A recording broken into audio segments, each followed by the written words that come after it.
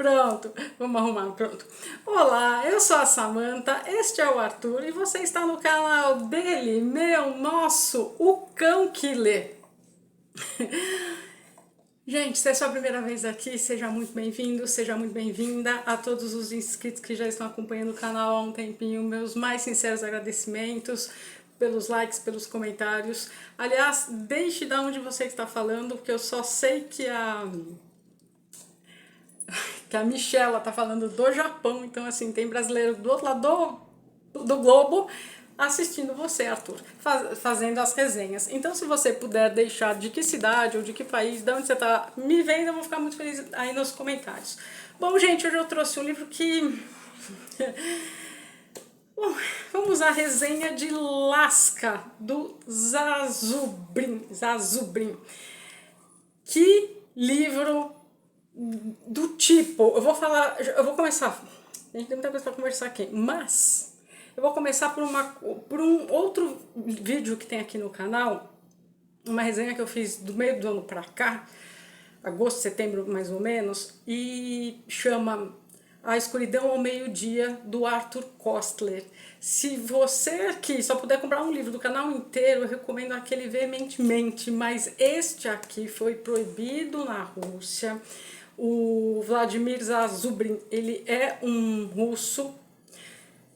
Este livro foi... Eu vou ler o que está escrito aqui atrás para eu ter um norte de como começar a falar desse livro. Tem muita coisa interessante. Ó, escrito em 1923 pelo russo Vladimir Zazubrin, que nasceu em 1895 e morreu em 1937, Lasca permaneceu proibido durante quase toda a existência oficial da União Soviética. Nada mais significativo, já que o romance revela o aparato de terror e extermínio das forças de segurança soviéticas já nos primeiros anos após a Revolução de 1917. Lasca descreve um breve período da vida de Andrei Zrubov, burocrata-chefe da Tcheka, a polícia política provincial da Sibéria, que divide seu tempo entre um gabinete atulhado de papéis e um porão onde se praticam os rituais do fuzilamento.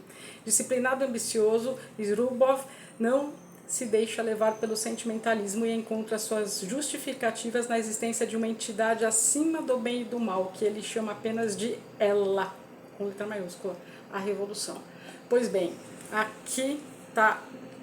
É exatamente disso que trata, mas então aqui vamos por partes. Eu falei do Arthur Koestler, comecei porque me lembrou muito e se passa na mesma época. A gente está falando de um período que se passa depois da Revolução, aqui logo da Revolução Russa, e aqui eu já deixo um recado. Se do Arthur Koestler você lê do começo ao fim, não é que ele é meio autobiográfico, assiste essa resenha que ela está muito boa, mas lá tem um começo, meio, fim, a história. Aqui não é que não flui, não é que o vocabulário é ruim, não. Eu vou dar aqui uns tons, eu separei algumas coisas, mas para você não achar esse livro chato, ele não é chato, ele não é enfadonho, tem uns vai e voltas, mas não como fluxo de consciência, ou nem uns gaps de história, porque como ele foi... Eu vou começar, tô falando isso, já comecei há 3 minutos. Aqui do final, no final, porque eu vou começar falando da vida dele. Bom, primeiro, esse livro aqui, ele é pequenininho, mas ele é extremamente confortável de se ler.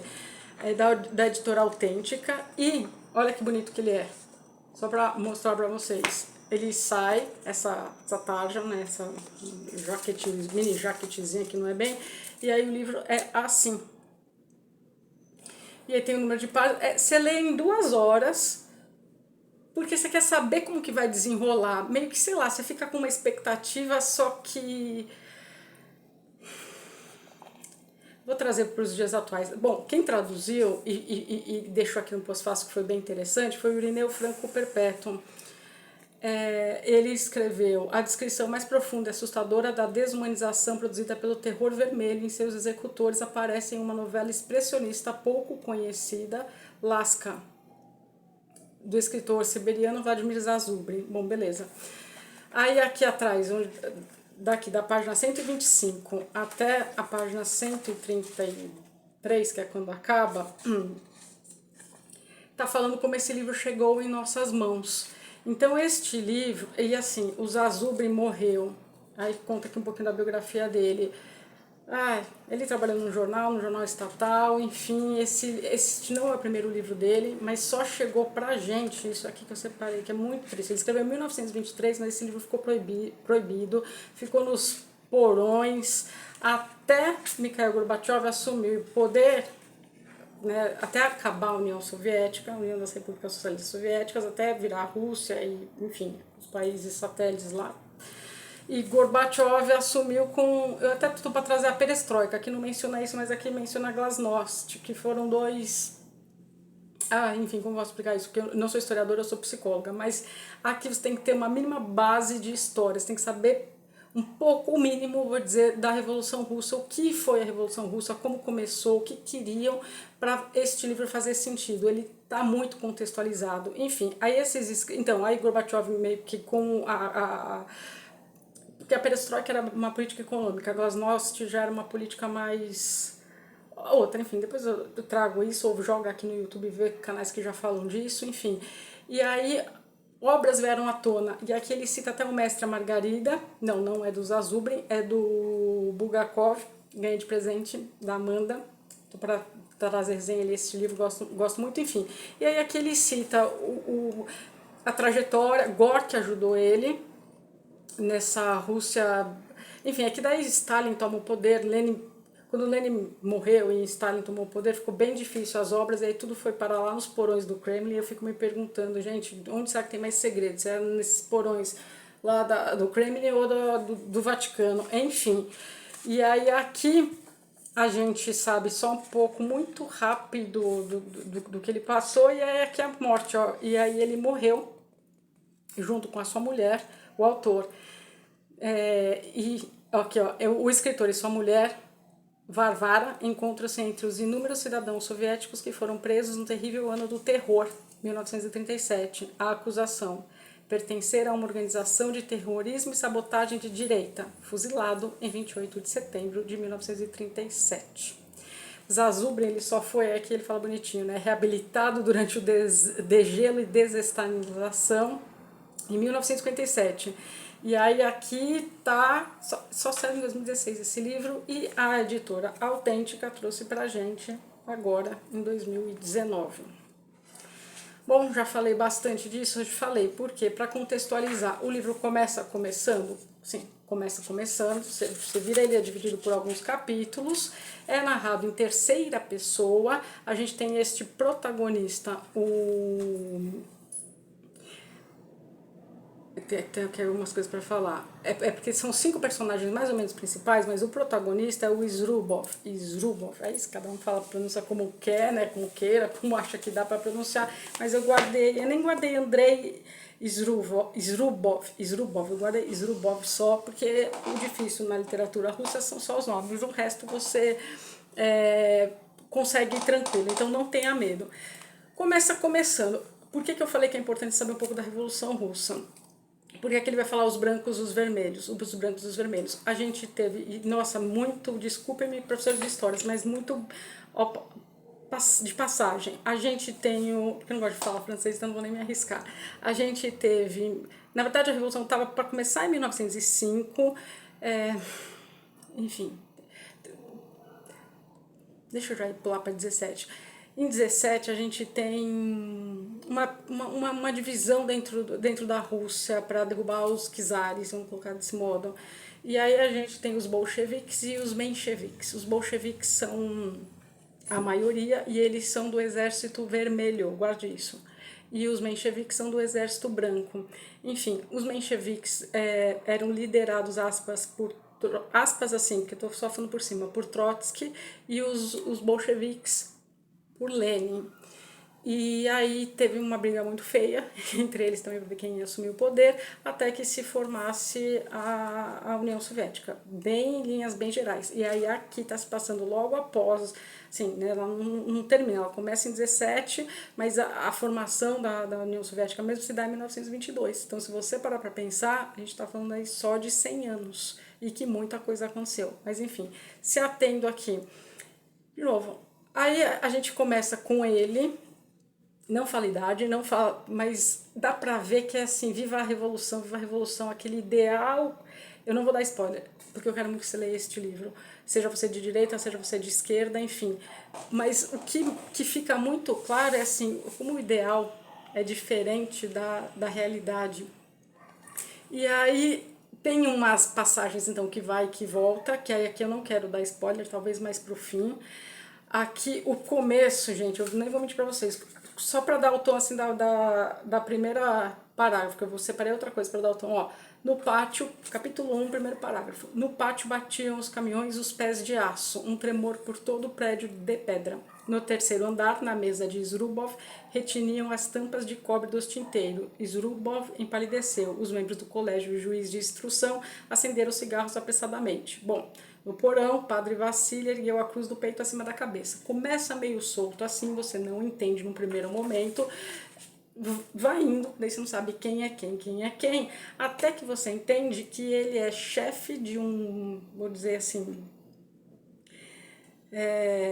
tá aqui, olha que interessante, que isso é importante. Ele é, ó, era a primeira vez dele na Tcheca, porque tem um acento no A no final. T-C-H-E-K-A, acento agudo. Tcheca é a sigla de Comissão Extraordinária para a Luta contra a Contra-Revolução e Sabotagem. Essa TCK, ela é o primeiro órgão de segurança das uniões da URSS, União da República Socialista Soviética, antecessora do KGB. Então, aqui eu separei isso aqui, pronto, já vou até para não me perder. Porque quando aparece algo que que o tradutor, que foi muito feliz na tradução, acha de relevância, que a gente não vai saber o que eu particularmente, não é que desconhecia, mas eu não sabia que ela atuava deste modo, porque lá no Escuridão ao Meio-Dia já tinha uma cantada de bola, enfim. E depois eu fui pesquisar mais a fundo para entender essa tcheká. Então, assim, ele, era a primeira vez dele nessa tcheká. Ele era responsável por um pelotão, os outros quatro personagens que aparecem, o nome é reiterado, aí é nome russo mesmo, decore vai, no sentido de fuzilar pessoas. Aí você vai falar que pessoas que eram contra a revolução, mas você vai falar que revolução, então aí que tá. Se a gente está falando que ganhou os bolcheviques, que eles derrotaram os mencheviques, e aí, enfim, a gente está aqui com os ideais marxistas, tem quadro de Marx, ele cita em vários momentos, a gente está falando do exército vermelho, aspas, contra, aspas, porque tá raso, vou repetir isso, contra o exército branco. Que exército branco? Dos que perderam. E aí você vai falar, tá, mas qual que é a diferença? O que cada um queria? Os bolcheviques eram mais radicais, queriam exterminar todo mundo que fosse contra o ideal de implantar o socialismo, ponto, acabou. Aí você vai falar, os mencheviques não queriam isso também, porque você até mencionou Trotsky, queriam, mas queriam primeiro, queriam que fosse mais gradativa essa mudança, que não fosse uma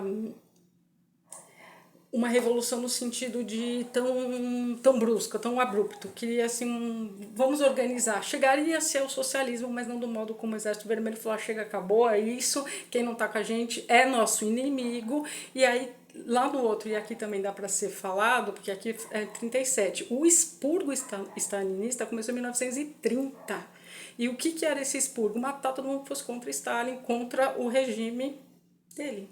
Então, o Exército Branco, que não era pró-Stalin, porque estava do outro lado, eram tidos como inimigos. E aí não tinha que ter necessidade de ter uma prova ou não. Nos porões se eram fuzilados, não havia julgamento. Guardem o vídeo que eu fiz aqui, ou vejam, procurem.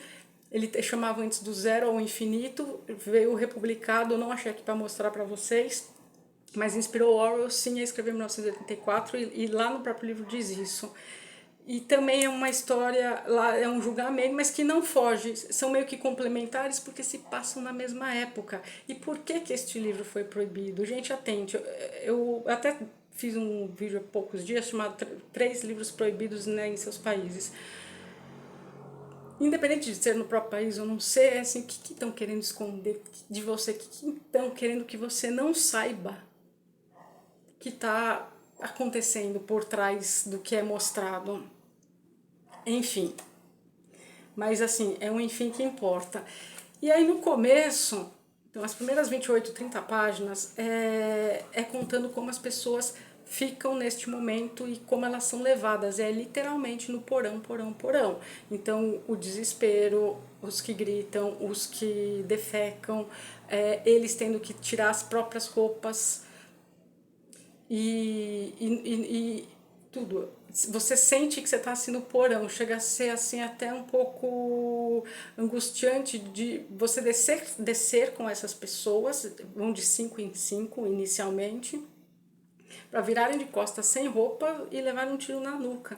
E aí a gente tem de tudo, a gente tem generais do outro exército, do branco, a gente tem mães, a gente tem mulheres, a gente tem idosos, foi contra, por quê? Porque alguém disse que da Tcheká, não importa, e ele é o líder dessa Tcheká regional, que daí tem um outro nominho aqui que eu nem separei, que senão fica muito nominho, mas as notas de rodapé são suficientes para você entender essa parte, tá? É isso.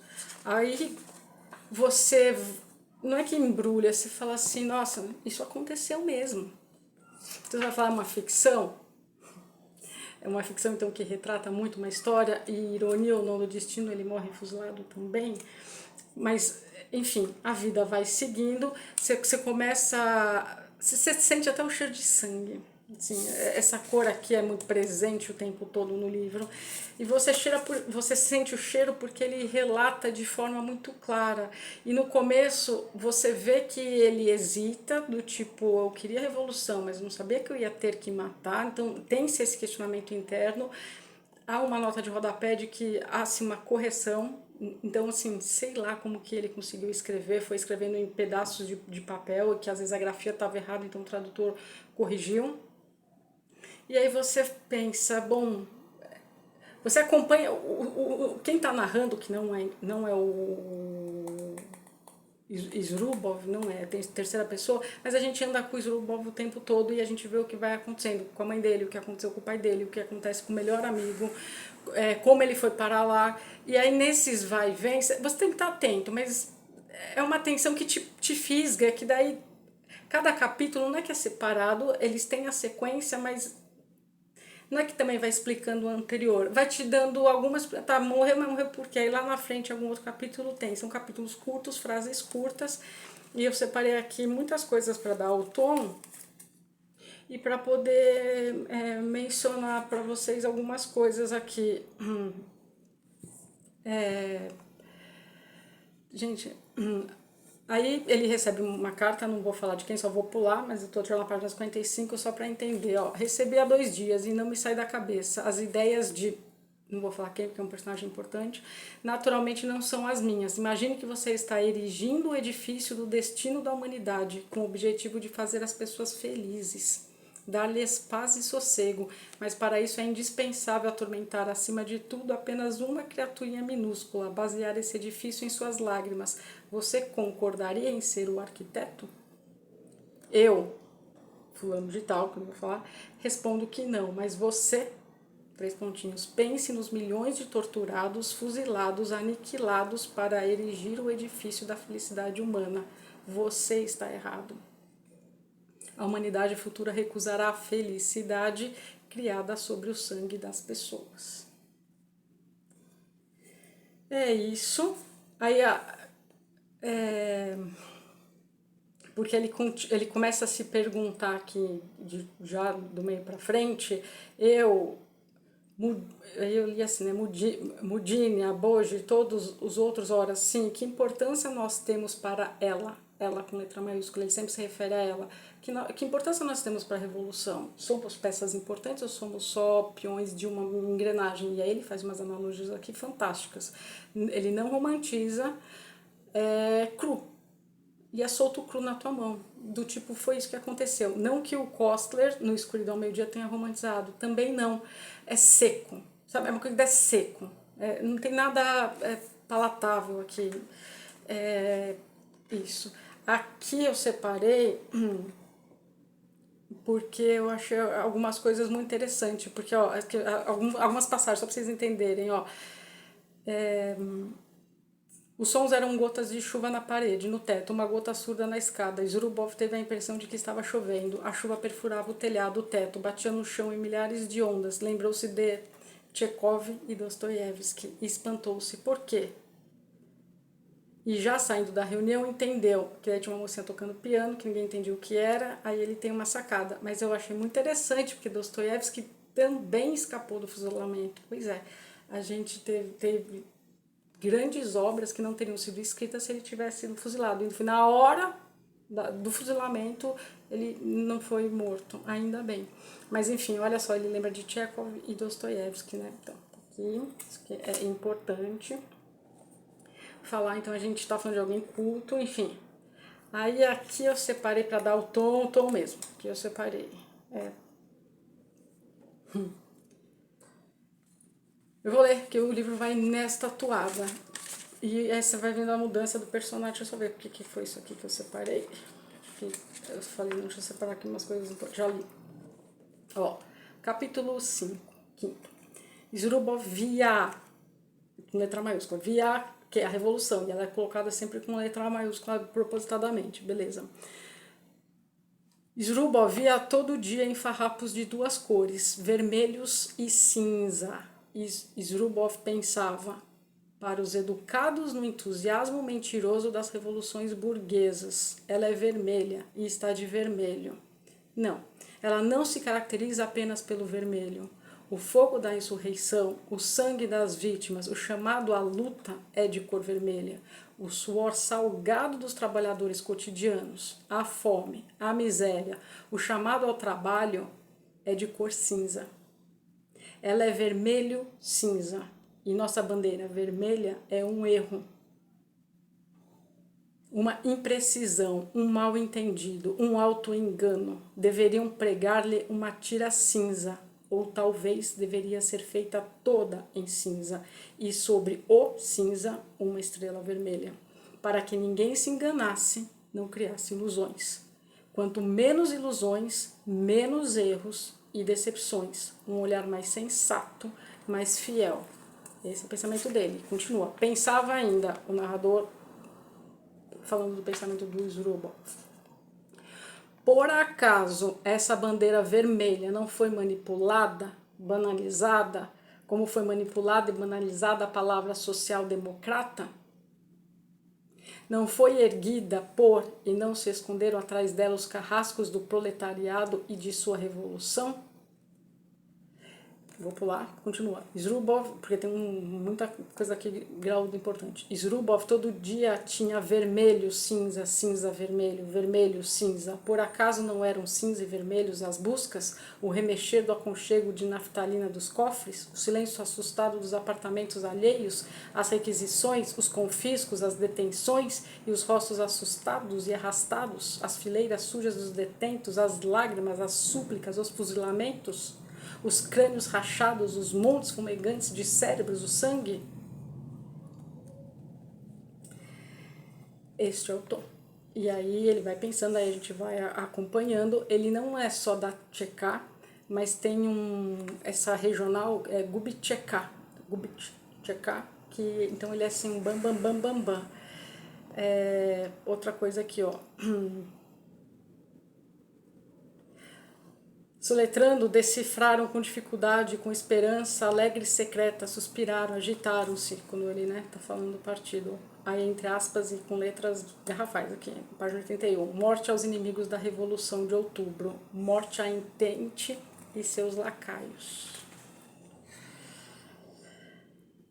Aí aqui tem, camaradas, a revolução não é o racionamento, os fuzilamentos, a Tcheká, que não era para ser, ou sempre foi para ter sido, e as pessoas caíram no conto, como Zurubov, como o próprio autor, como Arthur Koestler, como enfim, e aconteceu o que aconteceu. Fica aí contigo para você ler e tirar suas próprias conclusões. Aí aqui eu separei só mais uma coisa, porque tem tanta coisa para ser dito em 100 páginas de livro. Tem uma passagem aqui que ele fala, que ele faz uma comparação com a França, ó. Tô solta, não vou nem falar em que página que eu tô. Na França havia a guilhotina, execuções públicas. Nós temos o porão. A execução é secreta. Execuções públicas cercam a morte do condenado, mesmo mais terrível, com uma auréola de martírio, de heroísmo. Execuções públicas agitam, dão força ao inimigo. Execuções públicas deixam aos parentes e aos próximos um cadáver, uma tumba, as últimas palavras, a última vontade, a data exata da morte. É como se o executado não fosse aniquilado por completo. A execução secreta, no porão, sem nenhum efeito estético, sem anúncio da sentença, súbita, tem efeito esmagador sobre os inimigos. Uma máquina imensa, impiedosa, onisciente, inesperadamente agarra suas vítimas e as tritura, como em um moedor de carne. Depois da execução, não há data exata da morte, últimas palavras, cadáver, não há tumba, há o vazio. O inimigo foi aniquilado completamente. Bom, tem muito mais, né? Terminando na página 120 e poucos. É um livro que que você deve ler, é um livro que é um soco no estômago, mas que ele retrata de forma real através da literatura. Então é um livro que aparentemente você não dá nada, né? Você pensar um livro assim, Lasca tem a ver também, tem porque tem muito mais informações. Como eu disse, não quero dar spoiler, quero que você leia. Penso eu ser um livro de suma importância para comunistas, para pessoal de direita, para todo mundo que gosta de ler. E assim, eu sempre vou atrás de livros que foram proibidos em algum momento, porque esses livros eles explicam muita coisa. E eu não gosto que me escondam nada, né? Eu gosto de saber a verdade, não a mentira. Então aqui a gente tem o Srubov, que começa de um jeito já começando, ganhou o cargo, faz umas comparações, fica não tão explícito, mas o que ele imaginava que fosse ser e o que está acontecendo, e aí tem um desenrolar. Olha, Orwell leu essas obras, tá? Tanto a do Kostler, que influenciou ele, que esse que estou batendo aqui na tecla, queria achar, não sei o que aconteceu com o livro, leu Lasca, leu esses todos. Tem gente que fala que, enfim, eu quero trazer a resenha da Revolução dos Bichos, tem aqui já a resenha de 1984, mas eu já vi muita gente criticando, falando que não, que é uma crítica a do Orwell, né? Que não é uma crítica ao Stalin. Pô, tá, eu entendo que ele participou da Guerra Civil Espanhola, eu entendo que aqui até nesse trecho que eu li, né, o Partido Social, quando ele menciona, tem também referências a outros partidos social-democratas, então social-democrata não é tão lá democrata assim. Nossa, gente, é tanta coisa. É um livro assim que vale a pena você revisitar um pouco da história, porque a história russa nunca esteve tão atual, não pelo que está acontecendo agora, mas pelo agora no sentido que está acontecendo agora com que começou há 2 anos atrás no sentido deles invadindo a Ucrânia, não isso, mas como essas coisas tão atuais para nós em termos de Brasil. E quando eu falo que aqui eu não tomo partido nem de direita nem de esquerda,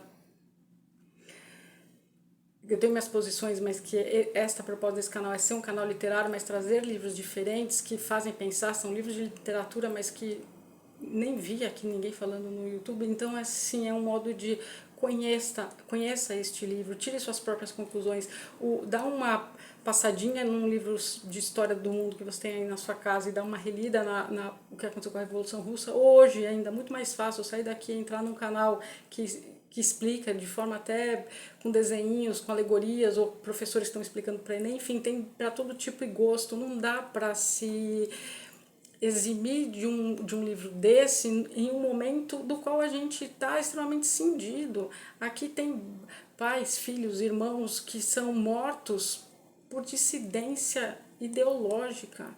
E aqui bate muito na tecla. E essa questão do vermelho ele traz muito, porque quando você fuzila ele conta, é horrível, para falar o mínimo. E aí ele até não satiriza, não ironiza, mas como tem o quadro de Marx, ele tá com uma camisa branca, ele também questiona isso, que não são os pobres, que não são os trabalhadores. Então ele deixa isso muito claro, que essas pessoas gostam do conforto, do luxo, e aí dão um trabalho sujo meio que para ele, que é um como tem uma hora que ele fica chateado, que é tipo, que faz o trabalho sujo, que no começo se orgulha, de nossa, tô exterminando as outras pessoas, tô aniquilando inimigo. Quando alguém começa a plantar a ideia que o outro é inimigo, e aí é questão de, não é mais só de discordância, de viés político, de narrativas, não é, a gente está falando de...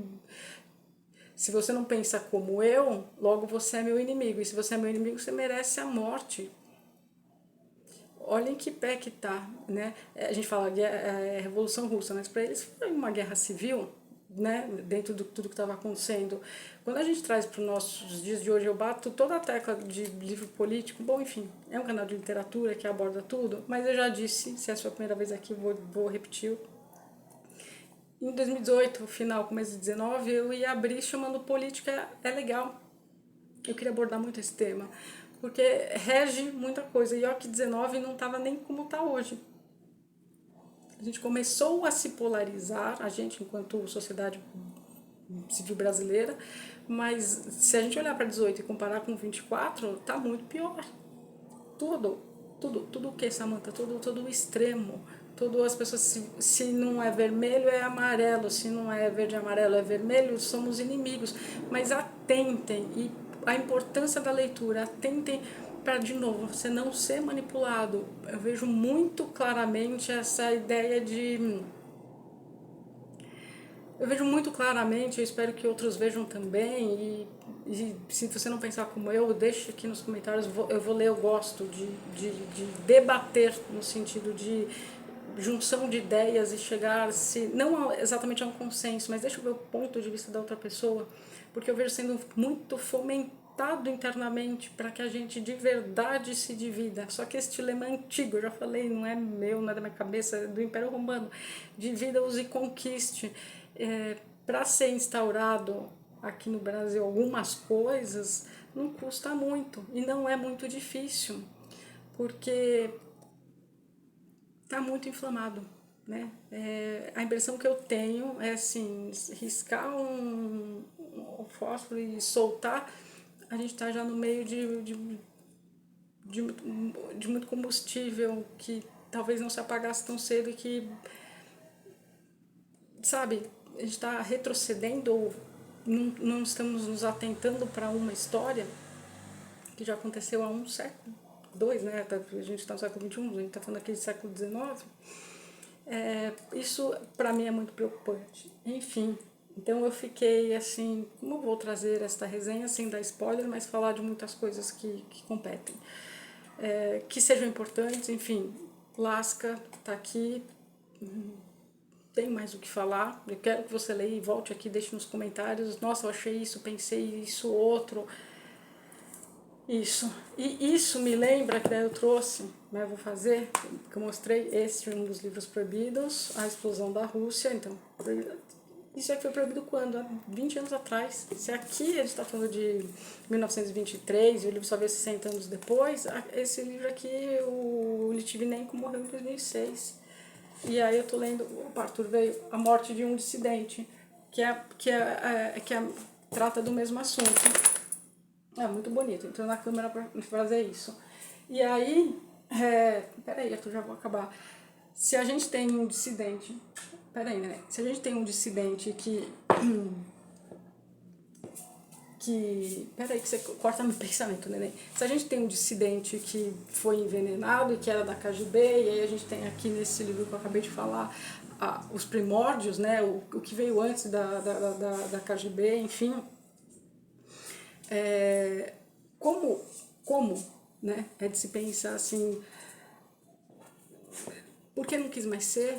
E se Putin era da KGB antes de ser presidente da Rússia hoje, muito antes, ele entrou na política em 90, enfim, é longa a história dele, eu não quero mais entrar nisso. Mas assim, está acontecendo. Aí você fala, tá, mas isso é 2006? Bom, mas aconteceu agora mês passado, a morte do Navalny. Haverão agora eleições na Rússia, por isso que eu quero trazer esses aqui também. Mas que eleições? Aqui o próprio Putin vai ganhar? Porque o opositor foi, não digo fuzilado, né, porque virou corpo, mas envenenado, fuzilado, envenenado. Aqui tem várias questões. Aqui, eu só não separei aqui agora falando, o Arthur, tadinho, ele não me atrapalha, que hoje a gente passou bastante, enfim. Tem aqui as siglas dos sonhos. Aqui, ó, o comissário do povo era o nome que se dava aos ministros na Rússia soviética. Aí aqui falam algumas siglas, isso é importante falar, ó. RSFSR e MSFSR são siglas respectivamente de República Socialista Federativa Soviética da Rússia e República Socialista Federativa Soviética Mundial. E isso tem um porquê, daí na hora que o Zhrubov está se questionando, está pensando, ele almeja cargos maiores, mas a que custo?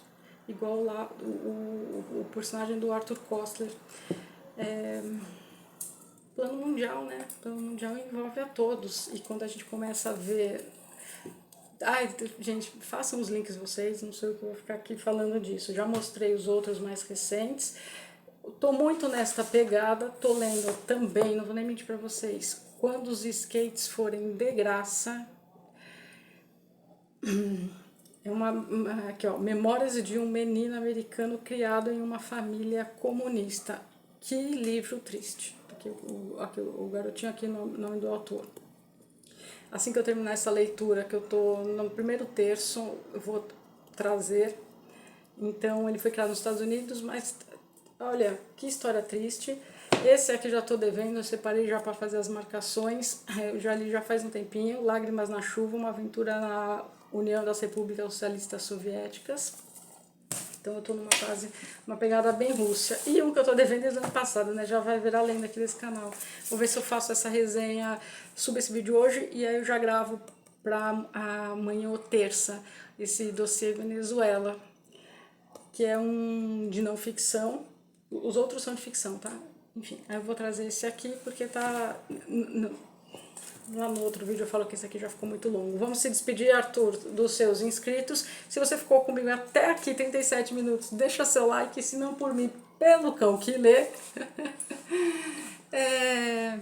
Se você achou relevante, deixa um comentário, um coraçãozinho, uma patinha.